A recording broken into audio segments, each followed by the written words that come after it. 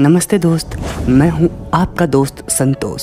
इस वीडियो में आपको समझाऊंगा कि चांद का आकार क्यों बदलता रहता है। क्या सचमुच हमारा चांद छोटा बड़ा होता रहता है या फिर प्रकाश के अलग अलग परावर्तन के प्रभाव के कारण हमें ऐसा प्रतीत होता है कि हमारा चांद छोटा बड़ा हो रहा है। आखिर इसके पीछे का क्या रहस्य है, और इसके बाद यह भी समझाऊंगा कि चंद्र ग्रहण और सूर्य ग्रहण कैसे लगते हैं। चंद्र ग्रहण और सूर्य ग्रहण के बारे में लोगों के मन में बहुत सारे धार्मिक अंधविश्वास, गलत धारणाएं बनी हुई है। इन्हीं सारी सवालों का जवाब इस वीडियो में हम अच्छी तरीके से आपको समझाने वाले हैं। इस वीडियो को पूरा देखने के बाद आपके मन में यह सवाल अब कभी नहीं आएगा। तो चलिए अब हम आपको समझाते हैं।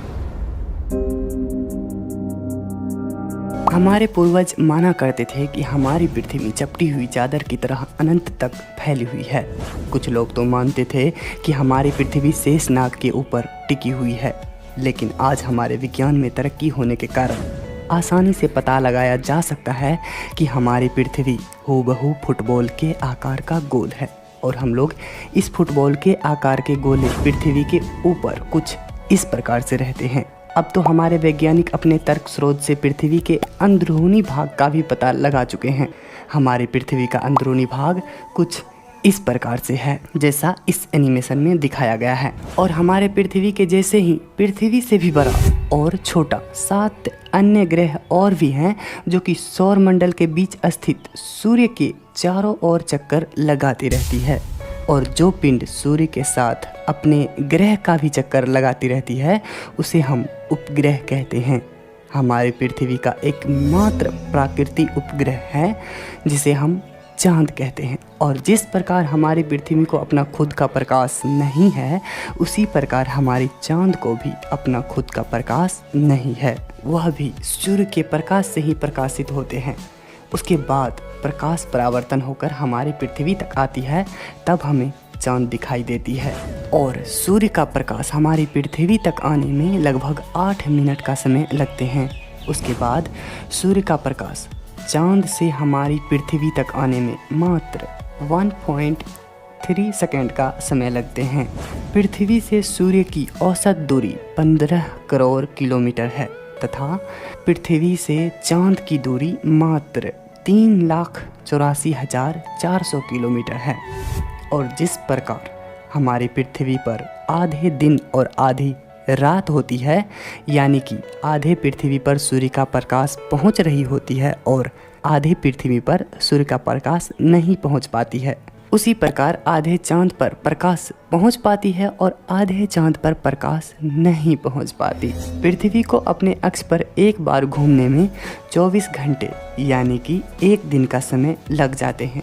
या फिर आप इसे ऐसा भी समझ सकते हैं कि पृथ्वी अपने अक्ष पर एक बार घूमती है तो उसे हम एक दिन कहते हैं, और पृथ्वी को सूर्य का एक चक्कर पूरा करने में 1 वर्ष का समय लग जाते हैं। और उसी प्रकार चांद को अपने अक्ष पर घूमने में 27 दिन 7 घंटे 43 मिनट 11.5 सेकंड का समय लगते हैं।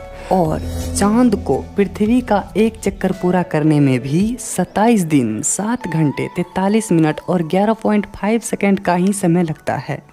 इसीलिए आप देख सकते हैं कि चांद का जो हिस्सा पृथ्वी के सामने है वो हमेशा पृथ्वी के सामने ही रहती है, जिसके कारण चांद का हमेशा एक ही हिस्सा दिखाई पड़ती है, जिसमें कि दाग धब्बे के साथ हमारी चांद कुछ इस प्रकार से दिखती है।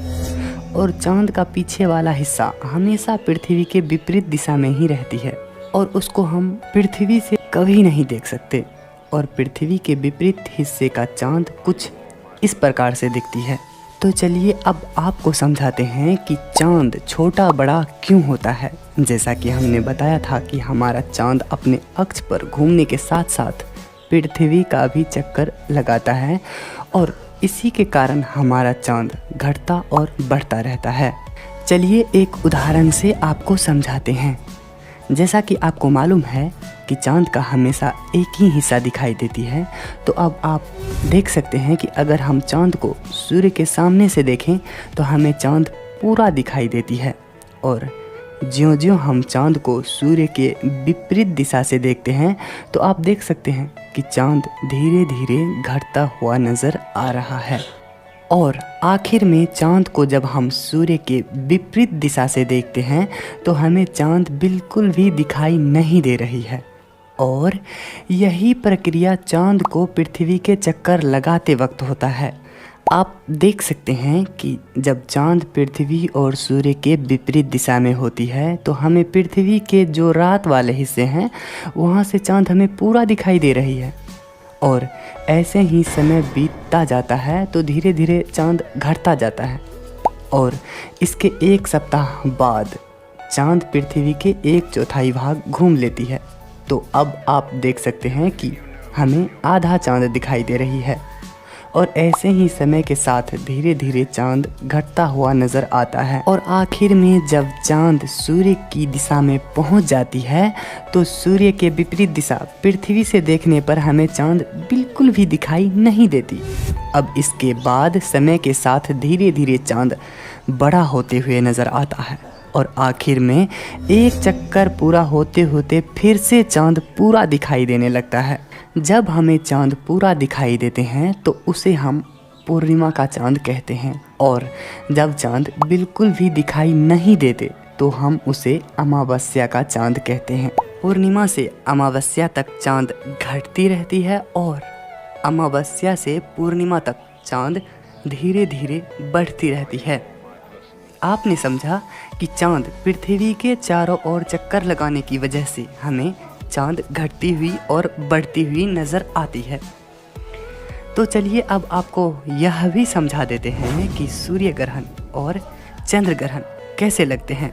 ऐसे ही चाँद पृथ्वी का चक्कर लगाते लगाते जब चाँद पृथ्वी और सूर्य एक सीध में आ जाते हैं तो चाँद की परछाई पृथ्वी पर आ जाती है, जिसके कारण पृथ्वी पर अंधेरा छा जाता है और उस समय सूर्य के बीच कुछ इस प्रकार से काला धब्बा की तरह दिखाई देती है, क्योंकि सूर्य और पृथ्वी के बीच चाँद आ जाता है। इसे ही हम सूर्य ग्रहण कहते हैं। और ऐसे ही चाँद पृथ्वी का चक्कर लगाते लगाते जब कभी चाँद पृथ्वी और सूर्य एक सीध में आ जाते हैं और चाँद और सूर्य के बीच पृथ्वी आ जाती है तो पृथ्वी की परछाई चाँद पर पड़ने लगती है, जिसके कारण थोड़ी देर के लिए चाँद लाल दिखाई देती है और उसके बाद चाँद छिप जाती है और इसे ही हम चंद्र ग्रहण कहते हैं। सूर्य, चाँद और पृथ्वी एक सीध में कभी कभी साल के किसी खास मौके पर ही होती है, क्योंकि चाँद का ऑर्बिट सूर्य के सीध से थोड़ी झुकी हुई है। खासकर सूर्य ग्रहण किसी अमावस्या के दिन होती है और चंद्र ग्रहण किसी पूर्णिमा के रात होती है। अक्सर चंद्र ग्रहण और सूर्य ग्रहण को लोग धर्म से जोड़ कर देखती है, पर चंद्र ग्रहण और सूर्य ग्रहण को धर्म और ग्रंथों से कोई लेना देना नहीं है।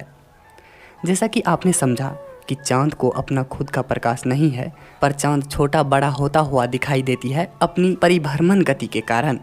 और चाँद परिभ्रमण करते करते जब कभी अमावस्या के दिन चाँद सूर्य और पृथ्वी के बीच आ जाती है तो उसे हम सूर्य ग्रहण कहते हैं।